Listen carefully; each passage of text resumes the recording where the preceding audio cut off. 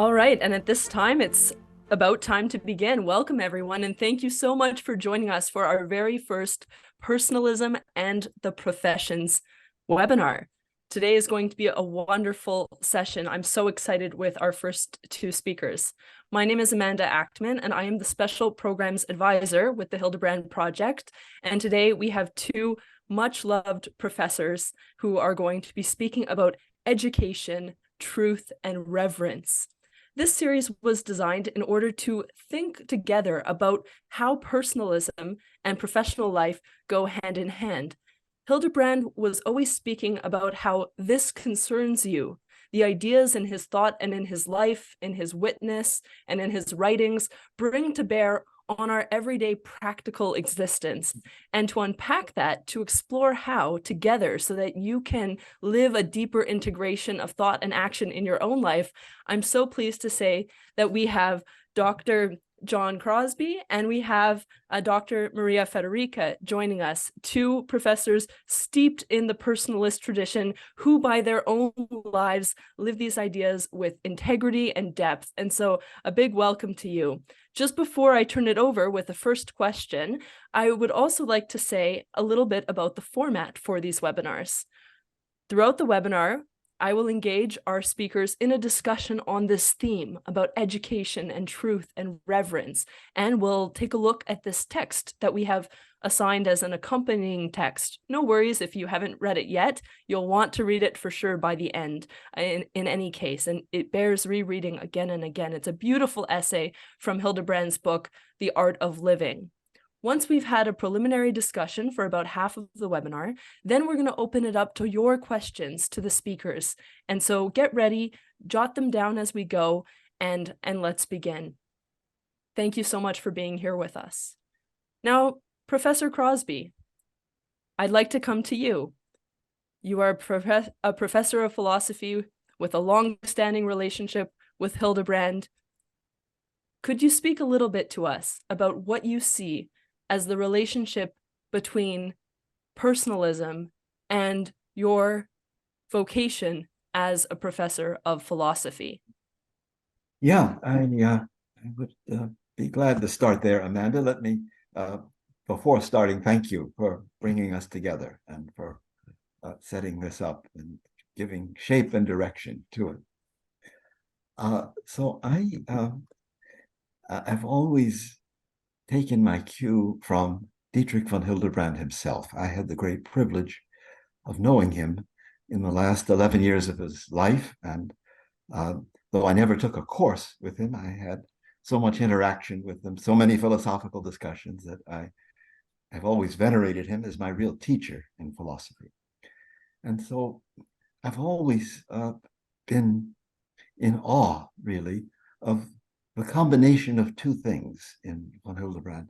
On the one hand, this great intellectual stature, this powerful mind, this original mind, and at the same time, an element of witness. In other words, he's not just an intellectual, he's not just a professor, he is a confessor. There is this living witness that he's always giving to what he teaches. And so that unity of thought and character, you might say, of intellectual understanding and witness to what one has understood, that has always seemed to me part of the greatness and the breadth of von Hildebrand. And so I've taken that as a kind of model for myself, never just to become a mere intellectual, but always to bear in mind what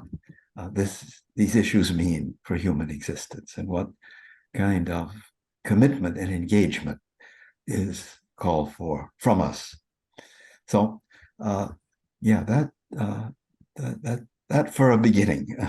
Now, if you tell me, did you want to follow up on That's that? excellent. Thank you for this point of departure. And now let's go to Dr. Maria Fedoryka for a little bit about how Hildebrand whet your appetite for philosophy and specifically propelled you in your own journey as a professor.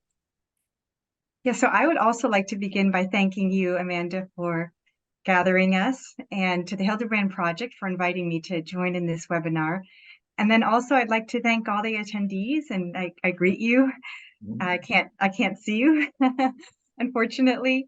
But I'm just really happy to spend this hour with you. And Dr. Crosby and I didn't really coordinate our comments, but it's very interesting to me that I was going to put at the center of my remarks also, first of all, Hildebrand was the first, I think, great philosophical influence on my life. I discovered him when I was about 14 or 15, and I was immediately captivated by him. And something similar happened to me. I experienced what he gave in the page. So I never knew him. I may have met him once when I was a small child. My father was also his student. And I was immediately captivated. It seemed as though what was on the page was alive, as if it were being mediated to me by a living person. And I remember telling my mother early on, it's as if I could feel at the time I called it humility. I didn't really have the concept of reverence very strongly, but I could feel the humility flowing from his pen. And for me too, I immediately felt a witness that he was not just telling me about the truth, but that he was witnessing to the truth. And here, just to say a word about that, you can make a distinction between a witness and a model.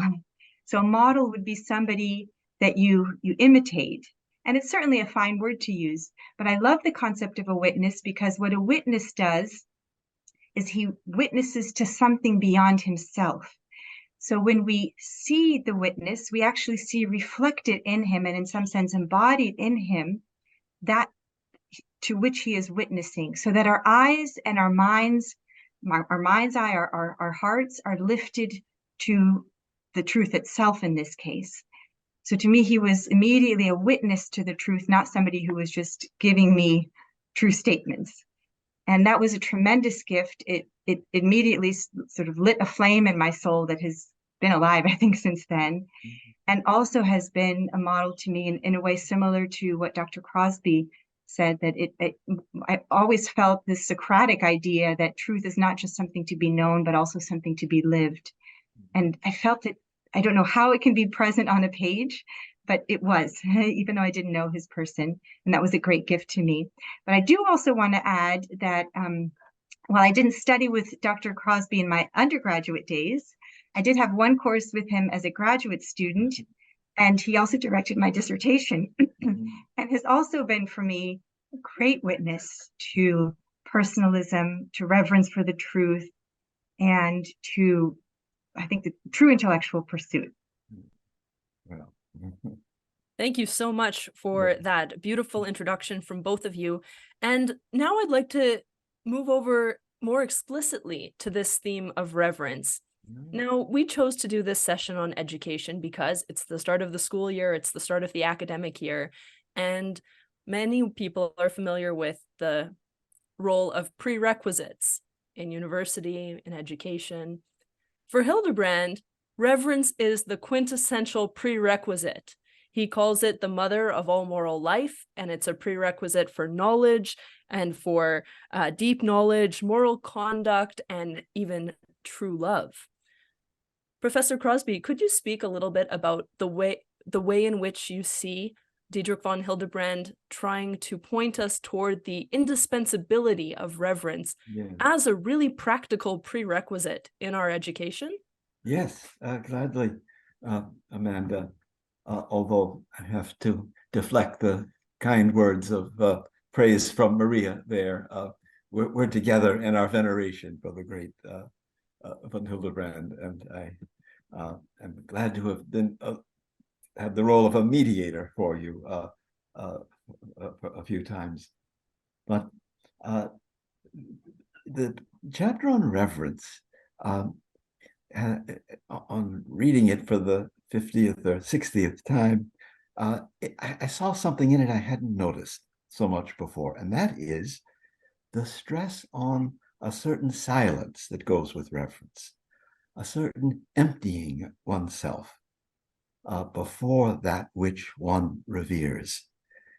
And that's very significant. It's not a matter of doing something or acting on a person, but it's somehow granting them a space in which to come to themselves, a space in which, as he says in one place, they can find and live their individuality as person.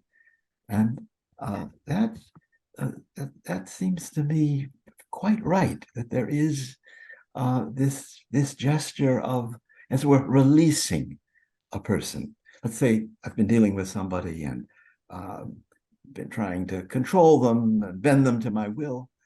And then I may get the inspiration, this is no way to treat a person. I need to release them into their own being and honor that own being of the other, and take them not on my terms, the terms that I'm laying down, but on their terms, according to what they are in their own right. And so that's reverenced with a particular emphasis that I find very fruitful and just now noticed. And so you might ask, well, let's see, maybe we want to draw Maria in before going on. I was going to then go and apply this idea of reverence to the work of education. Shall I proceed right to that, or shall we? Go ahead, and then she can continue on that thread. So then you might say, how does reverence fit into education? Isn't education a matter of putting all kinds of things into the mind of the student? If you're just in silent awe, you're not going to be much of a teacher, it would seem. But as a matter of fact, in our work of education, there are all kinds of inappropriate ways of trying to control another, of trying to gain a follower who may or may not understand what it is that he's following. So there are many ways of seeing in the other a kind of recruit somebody to be won over and to become an ally in a battle with me. And so I think the idea that the teacher has to also perform this gesture of releasing the other from the grip of all, you might say, forms of manipulation and control. And that, even though it's a letting go, that has a lot of power. It's a very interesting kind of influence, because in releasing the other into his own being, I confirm to the other that he has his own individual being, and help him or her come to themselves as persons. And so the reverence, just through this gesture of inner silence and letting go, has this power, a power, all kind of paradoxical power, a gentle power exercised in reserve and not in assertion. Thank you. This is excellent, and it's very much reminding me of Hildebrand's book, or recently published as a collection of essays, The Dethronement of Truth, because part of what was so astute in Hildebrand's life and witness was his sensitivity to ideology and the depersonalizing aspects inherent in ideology. And of course, education is a kind of antithesis to ideological indoctrination. And so thank you for that. And I would really commend that text, The Dethronement of Truth, to all of the participants. Now, Dr. Fedoryka, I'd like to ask you, since Professor Crosby touched a little bit on this from the standpoint of the professor, what about from the standpoint of a student, in terms of being capable of receiving or having the humility and openness? What kinds of virtues are requisite in order to be a personalist student? And perhaps you have some words of counsel for those who are watching, who are students and who are trying to live the intellectual life. Well, you know what I think I'll do in response to this question? I am going to speak from the perspective of the professor and thereby illuminate what the student should be doing on the other end. I think this will work.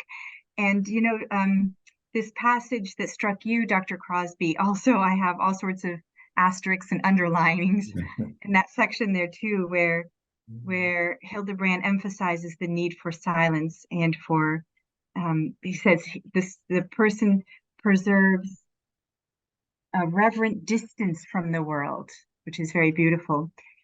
So if you think about what it means to pursue an education, so if you think about what is the goal of learning, it's really to see some dimension of reality, to come to see some dimension of reality, not to learn what somebody has said, not to become proficient in some system, not even to know truths secondhand. It's really about seeing them for seeing them for ourselves. That's what the goal of learning is. And of course, that's would be the goal of the professor towards the student, is helping them to see. Now, this is actually a very deeply personalist goal. It has, you could say, presupposes a personalism. And what is that? That every person is an end in himself, right? A kind of ultimate, is willed for his own sake.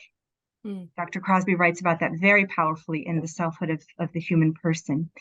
So if we draw out the implications of that for teaching, what we're led to see is really that the student is not just a repository of true statements.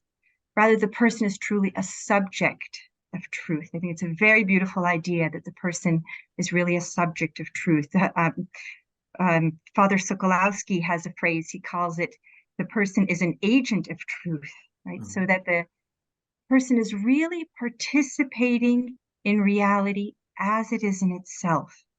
And that's the goal of, I think, of learning. That's the goal of seeking an education. And then it's what the teacher has to facilitate, what the professor has to facilitate for the student. And here, I think, of course, there are various ways of doing that. There's the Socratic method of doing that. There's a way in which the professor, again, I think what Dr. Crosby said is very important, that a space is created for the student to be able to precisely have the room to perform this act of seeing for him or herself. So I think that the dialogue method of teaching, I mean, I myself prefer the lecture style to the seminar style. I think there's something to be said for that when you have especially beginners. And yet within that lecture style, I think incorporating the Socratic method is very, very important, because really what it does is it points the student to reality. It doesn't put knowledge in the mind. As Plato says in the Republic, it helps the student to turn the whole soul towards reality, because that's what has to happen if we're going to see reality. So those are just a few remarks there. I can talk maybe afterwards, talk about a few techniques that I use for this. I think that would be excellent, because let's come to some practical examples. Both of you are very, very experienced in the classroom. And so perhaps, Dr. Fedoryka, feel free to elaborate and give us some examples of what constitutes personalist methods and practices really, really specifically in your own teaching. Yes. So one, I think, is the Socratic method of questioning and leading the student to see for him or herself. That's very important. And then I'm sure there are any number of things that people can do. Each professor is going to have his own individual way of doing it. One of the things that I myself like to do is for a number of readings, I assign what's called a response paper. And I see it as an opportunity for, I give the students reading questions to guide them in the reading, but then I have them choose two important quotes, raise a question on the basis of the text, something that comes to mind for them, and ask them to write a thoughtful comment. And I don't give them any guidelines for that. I tell them that they are to engage the text. Their soul is to be awakened by this text. And whatever comes to birth within their soul is what they should give me in this response paper.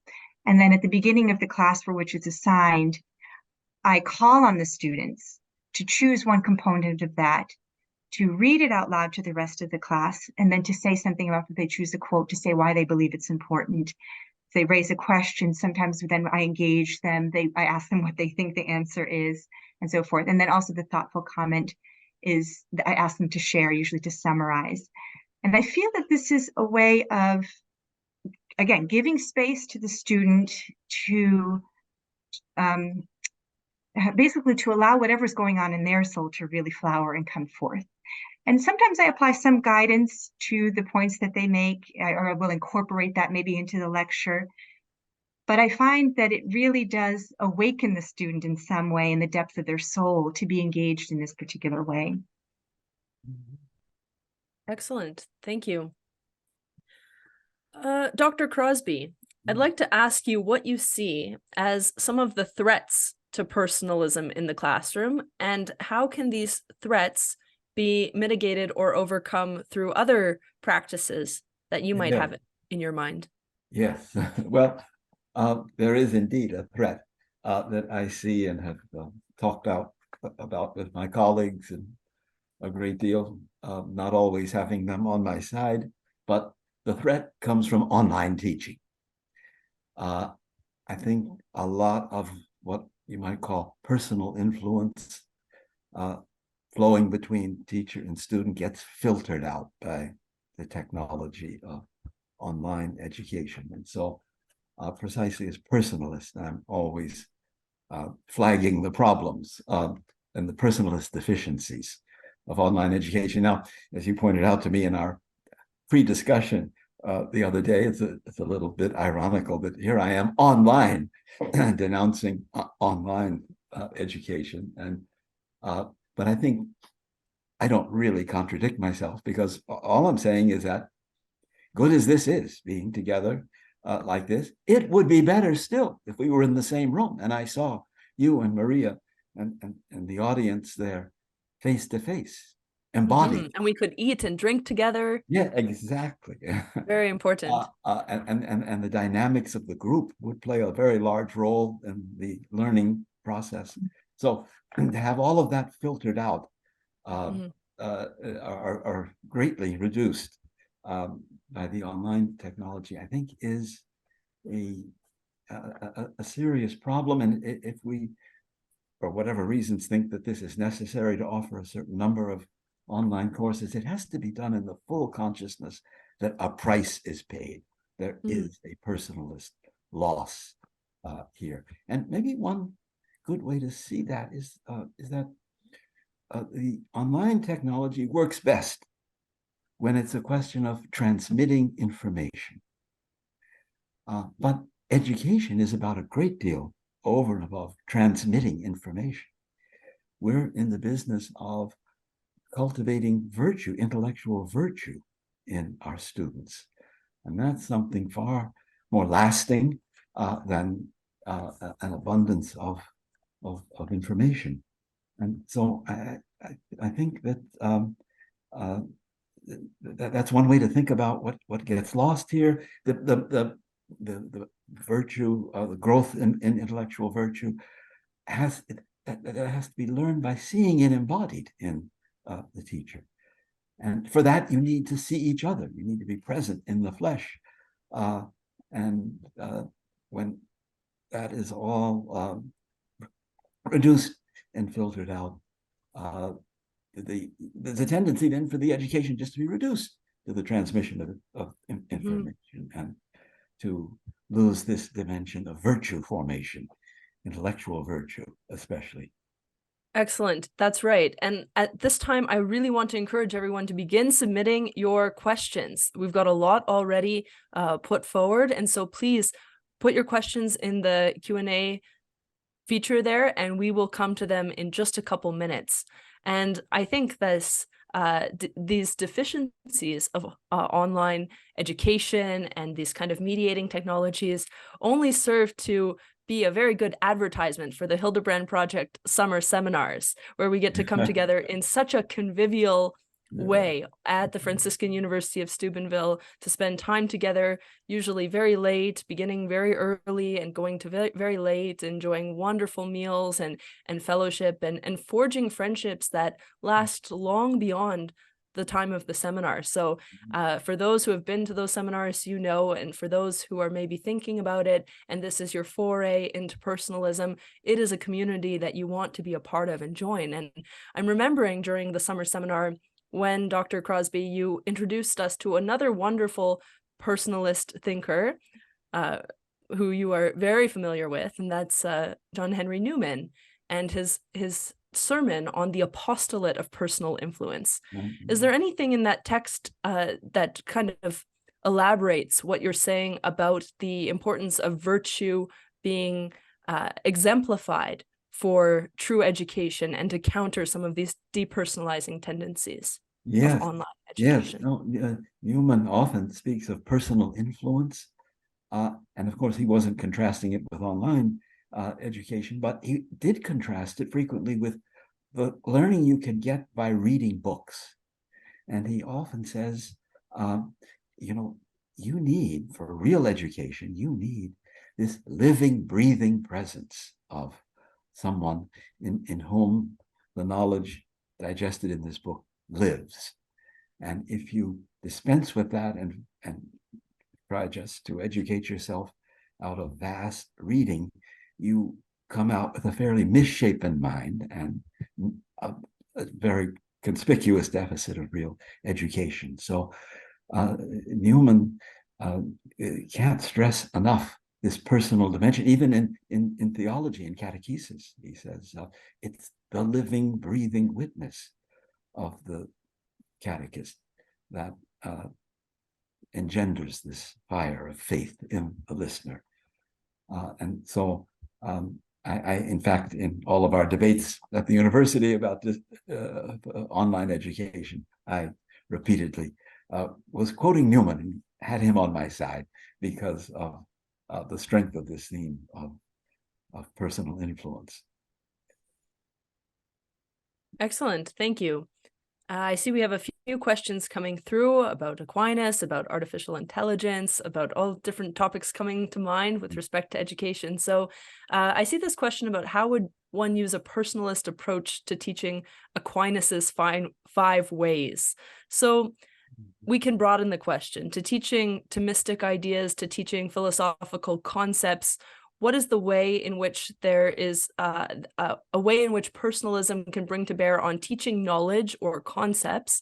And maybe Dr. Fedoryka, you can speak to that, since you touched a little bit on lecture and Socratic method and how to hold these things together. Yes, sure. So maybe I can address specifically. Why don't I start with somebody like Aquinas? And the reason I choose this as sort of the target of my answer is because Aquinas has a very beautifully and coherently developed system where everything coheres very well. And once you begin to learn the system, you can make your way around because of the internal coherence of all of the ideas. So, and of course, truth will cohere with itself because truth is one, and all dimensions of reality ultimately harmonize. There's a little bit of a danger in working with a system that is very well articulated and very well developed, insofar as one can begin to learn the concepts and the words and all of the interior logic or the immanent logic without doing the work of seeing what Aquinas himself saw when he, quote unquote, developed the system. So his aim wasn't to develop a system, his aim was to see reality. And because he was so thorough, eventually what unfolded, and because there was so much truth, what eventually unfolded was a system. And I found that among my students, there's the danger of becoming proficient in the system without having what philosophers call insight, a seeing into the reality itself. So I think with respect to the five ways of Aquinas, I think it would be the same thing, is that one would work on showing one's students the reality behind each of these concepts, because if you can put contingency and necessity together, right, there's almost like two puzzle pieces, they automatically imply each other. But what does contingency really mean? What does necessity really mean? And to try to illuminate that for the student. So here again, I think at the heart of personalist teaching is simply putting this, the professor would put the student into the relationship with the reality, with the truth, and not just with the concepts, not just with the argument in terms of its intrinsic logic. Those are just a few thoughts there. Thank you very much. And now I see we have a very interesting question from Esther, who says, on the K-12 level, there's a lot of disagreement, even among classical educators, about how much individuality should be encouraged for children. How would you respond to someone who says that our culture cares too much about individuality and personal freedom, and so it should be counteracted, not encouraged in Christian or classical schools? Dr. Crosby, would you like to comment on that? Yeah, Too much freedom and individuality. yes. All right. Very good question. Mhm. And of course, there is, a celebration of the idiosyncratic that is not what I have in mind at all, with this honoring of the unrepeatable individual and letting that come forth and flourish. So, and certainly, the individuality doesn't refer to, morally objectionable things that I may feel inclined to, as if that personal inclination somehow and authorizes me to set even moral restrictions aside. So I would want to focus more on this mystery of the unique, unrepeatable person, the thing which is the real object of love. When one person loves another, it's the other as unrepeatable. And so that, I think, if we see that that's what's here, what the reverent person honors, this mystery at the root of all love for a person, then it's not quite so scandalous. I'm not running with the modern individualism that is uninhibited and isn't willing to bend to certain universal norms that bind all of us and not just bind me as this unique individual. Now, the question also included something about small children, and cultivating this, and certainly it's different at each age level. One tries to give some space to that originality, but at the very least, one can always, in teaching at any level, see to it that the child doesn't just blindly repeat what I'm teaching, but is undergoing some work of appropriation and owning of it. And so even there, though there's no discovery of something novel, but this personal ownership is already an important aspect of a personalist approach to a student. Excellent, thank you. Now, another interesting question here from one of our attendees who asks, how can you encourage your students to engage in moments of silence as part of education and learning, to be able to have reverence for the truth in the context of the present times when young people are bombarded with so many different noises? Dr. Fedoryka, do you have any comments on how to cultivate silence in our bombardment of noise? Wow, it's a very practical question. And of course, I only have them in the classroom. I don't have them outside of the classroom. But I will tell you what I've done that I think has made some difference for my students is I will give them some beautiful texts on the power of silence, on the role of silence in learning, on the nature of contemplation and its relation to the search for the truth. And one such author that I love is Joseph Pieper. He has a beautiful essay called The Philosophical Act, and it's quite accessible. And there he writes very beautifully about the attitudes that are presupposed for the person to discover reality and discover, he says, philosophical truth. But he puts a constellation of human experiences and pursuits that presuppose what he calls a contemplative attitude, and he also speaks of reverence.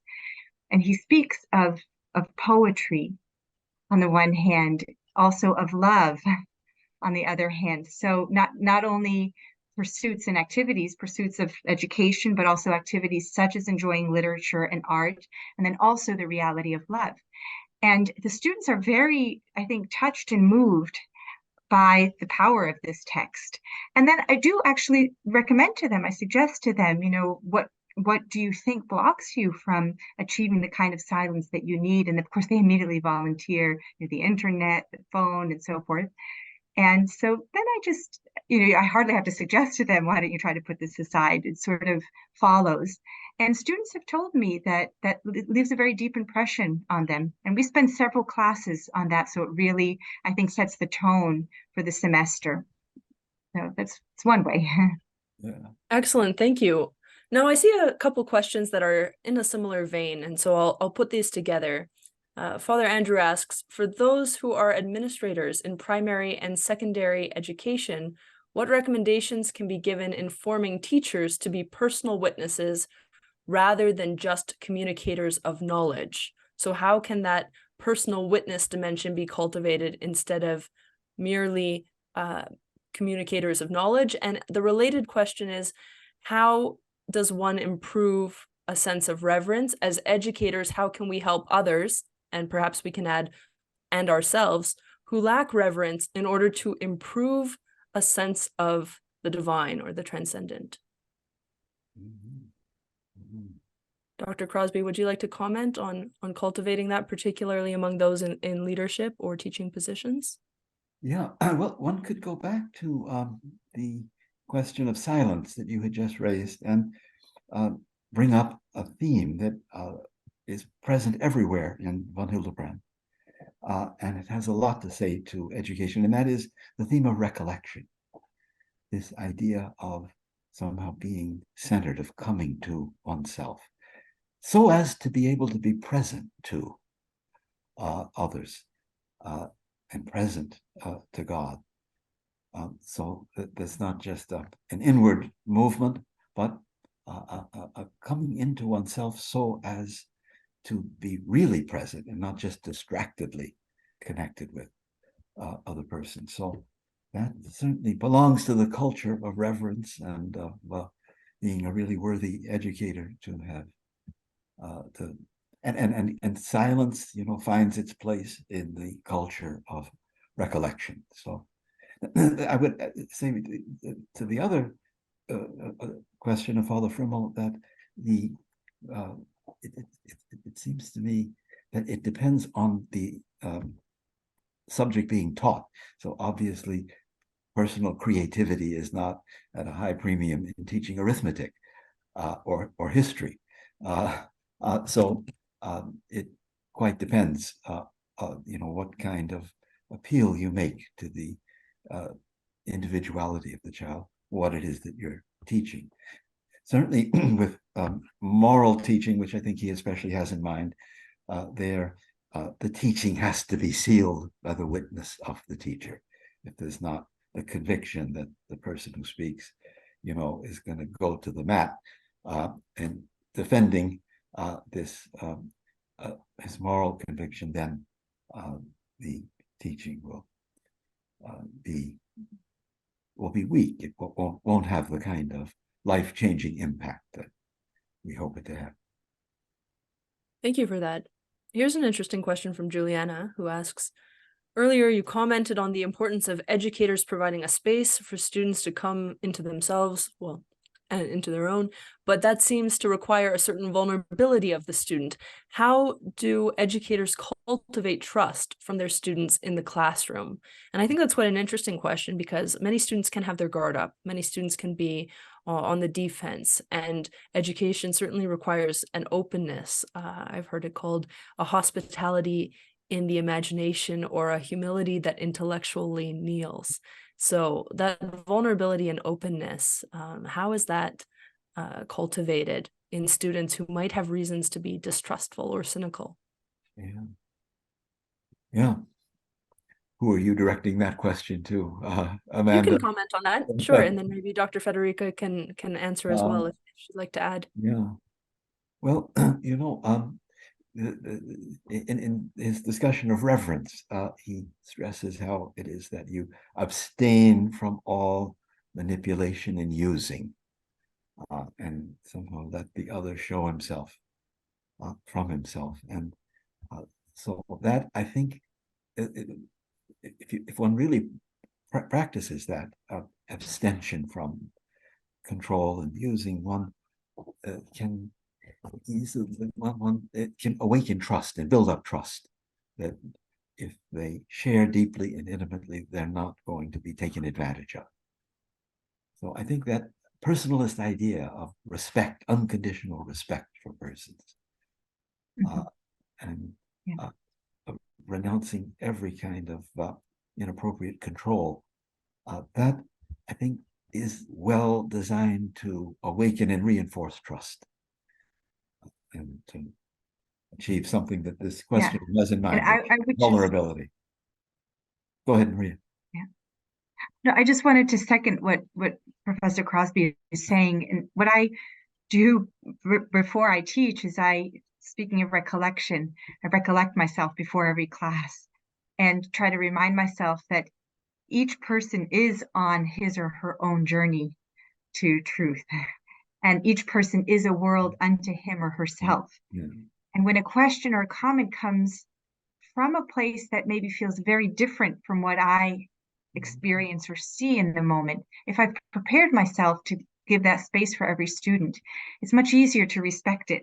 And very often, what's beautiful is I find something true in what the questioner is asking, even if in some sense you could say, well, that's where the vulnerability comes from, is that the student is new to all of this. And so they don't know if they're asking a relevant question or whatever it is. But I find that I always find something that makes tremendous amount of sense because I open myself up to the other as, again, a universe unto himself, with his own history, his own past, his own way of seeing things, his own way of experiencing things.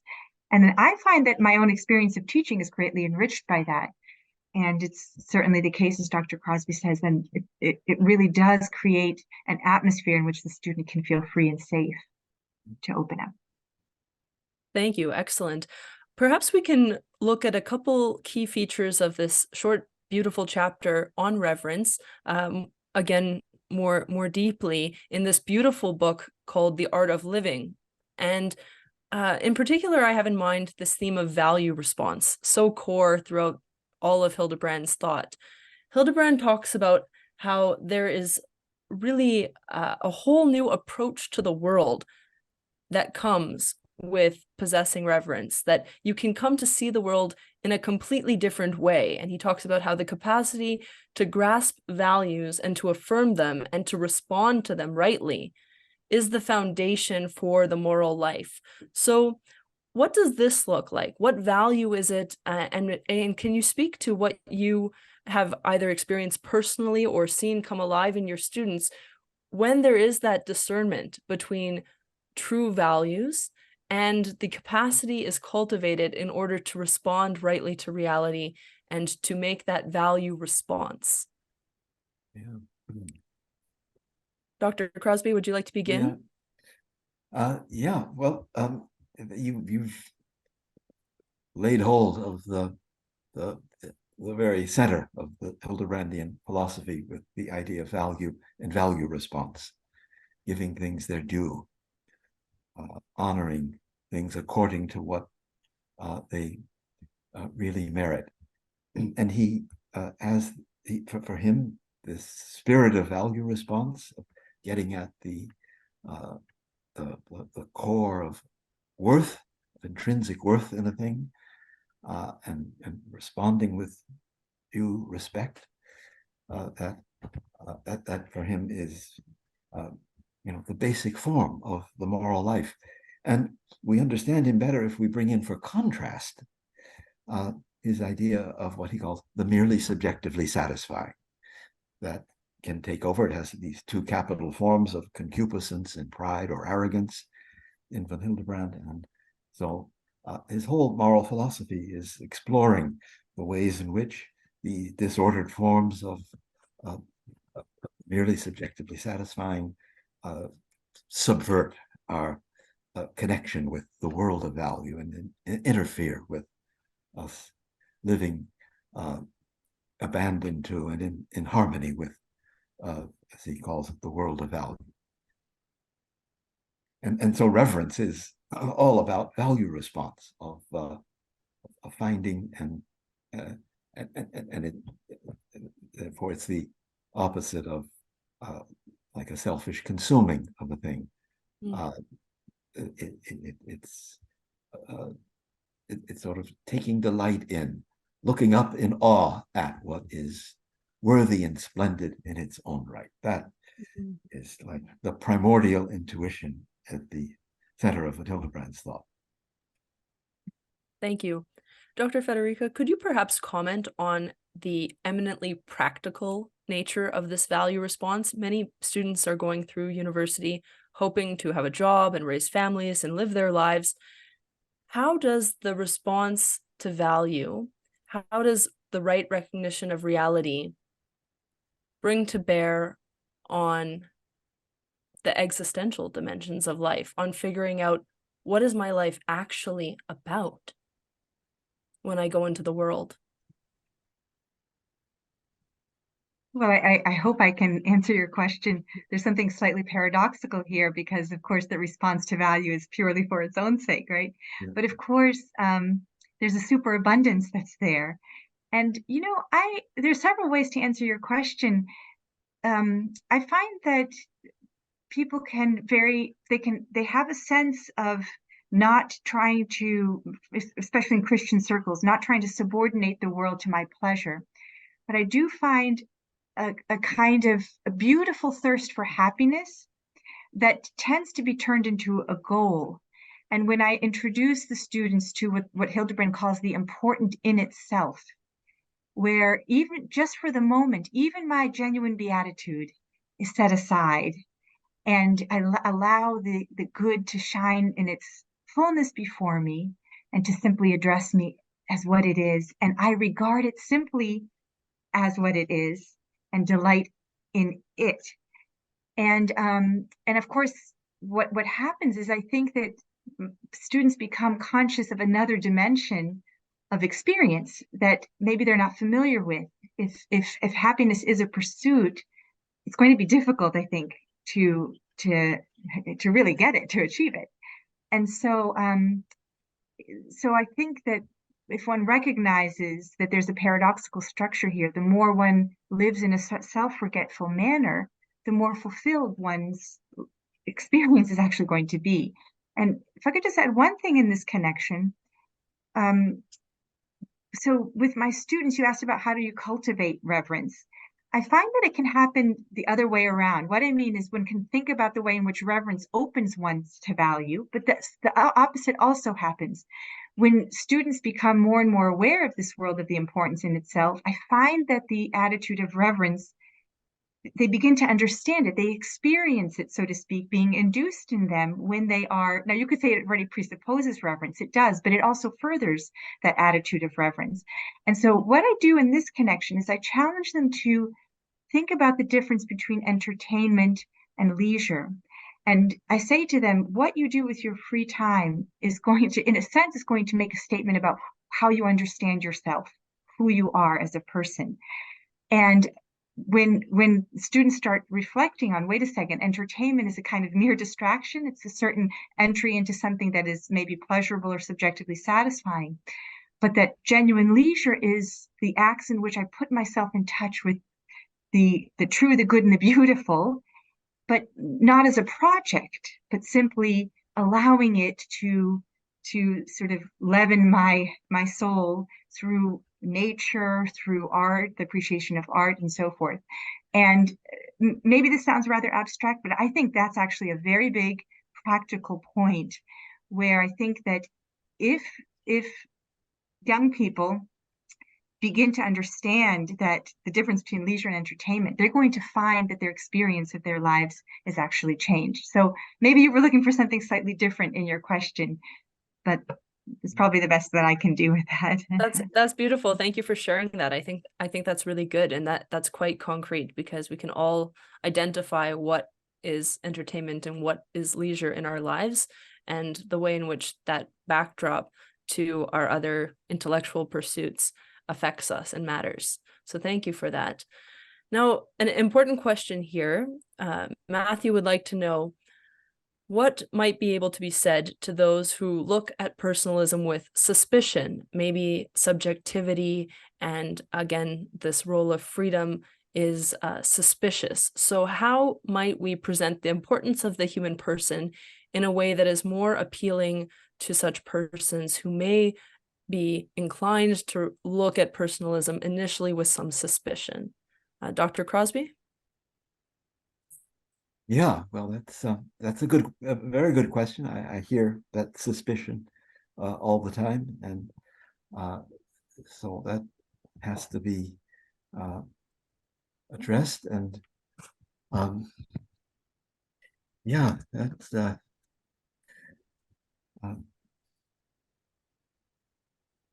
so. Well, maybe Maria, do you want to go tackle this, and I will join right in with you. Okay, well, I'll give it a try. So maybe one could look at it this way, or one way of doing it is that personalism, or one of the things that personalism seeks to do, in particular, subjectivity was mentioned, so maybe I'll address that, is think of it as adding a new dimension, not as reconfiguring or changing what the tradition has given us, but adding another dimension. And maybe at that point, it seems less scary. So you can say something like this: we are made for truth, and truth is objective, it binds us, we have to submit, and so forth. But when we do that, there's also the inner side of personal experience. To be a person means to actually participate in the truth as a conscious subject, to enjoy it, to savor it, to be beatified by it, and so forth. And so maybe that would one way of putting it. And I just want to add this: if you think about one of the central tenets of something like Aquinas's philosophy, which is that happiness is the end of all our actions, by which he understands something very exalted. It's beatitudo. It's the profound experience in union with God. That's an experiential reality. And of course, it depends on union with the one God. And yet it's something experiential. So I think that Aquinas himself was quite personalist in that, Yes. in that position. So John, I'm sure that you have a lot to add there. Well, no, I'm just thinking of a very winning personalist thought that von Hildebrand often advances, and that is that the merely subjectively satisfying, when you abandon yourself to it, takes you over. I cease to be captain of my soul, as Oscar Wilde said. We're not ourselves. We're outside of ourselves in a distressing way. And whereas that love of the beautiful and of value and the spirit of value response, that has something liberating. There's an inexhaustible plenitude and fullness. And so our attachment to and living for things of intrinsic worth, where the merely subjectively satisfying somehow hands us over, so that we're, as it were, buffeted back and forth by the next strongest impulse. Value response, as he says, value appeals to the freedom of a person. We're taken seriously as person. We're not pushed around by the call of value, or overruled or outshouted, as with the subjectively satisfying, but we are taken seriously as self-possessing persons and invited into value response on that basis. So I don't know if that addresses the questioner's concern, but it's at least a way of connecting these core Hildebrandian ideas with the deepest aspirations of the human person. Beautiful. Thank you. I think that's an excellent point of departure for those who are looking to engage kind of tackling some of those suspicions and finding a real basis in the full amplitude of reality for bringing the person in all its aspects into this. So we're coming to the end of the hour. Time flies when you're discussing personalism. Thank you so much to all of those who asked questions, and to our wonderful professors for such engaging, thoughtful answers. I'm going to conclude with a couple announcements. This is our very first Hildebrand project webinar on personalism in the professions. And so it's an experiment that we thank you so much for joining us for. And it is a series. We will be engaging different professionals throughout the year. And so we welcome your feedback. We welcome your ideas as we go. The next one is scheduled for October 18th, and that one will be with some priests. The theme is ministers, shepherding and accompaniment and grief. And we'll have Father Adam Hertzfeld and Father Andrew Frimmel. So that will be very interesting. I'm sure it will be at the same time slot. And so you will be receiving emails about that very soon. I noticed that one of our question askers asked about psychology and personalism. Great question. We do plan to engage those themes on future webinars about personalism and professional life. And in the meantime, all of the Hildebrand Project summer seminar videos are now up. And that was a core theme from our latest summer seminar. So if you're hungry for that topic and you can't wait, go there and check out the Hildebrand Project YouTube channel to watch all the highlights and the full videos of the summer seminars. We can also follow up with you with some of the questions that we didn't come to answered in written form by our professors. We'll choose a couple of those to address in our follow-up email and maybe send you the sources too that came up, like Joseph Pieper and John Henry Newman and that Dethronement of Truth book by von Hildebrand. So we hope you've enjoyed this. Thank you once again so much for your participation and involvement. And if you appreciate this formative pioneering programming of the Hildebrand Project, please visit the Hildebrand Project website, make a contribution, and we look forward to bringing more and more of this to you so that we can have a better integration of thought and action for the good of ourselves and the good of our world. Thank you, and see you next time. Yeah. Thank you, everybody. Thank you to our listeners.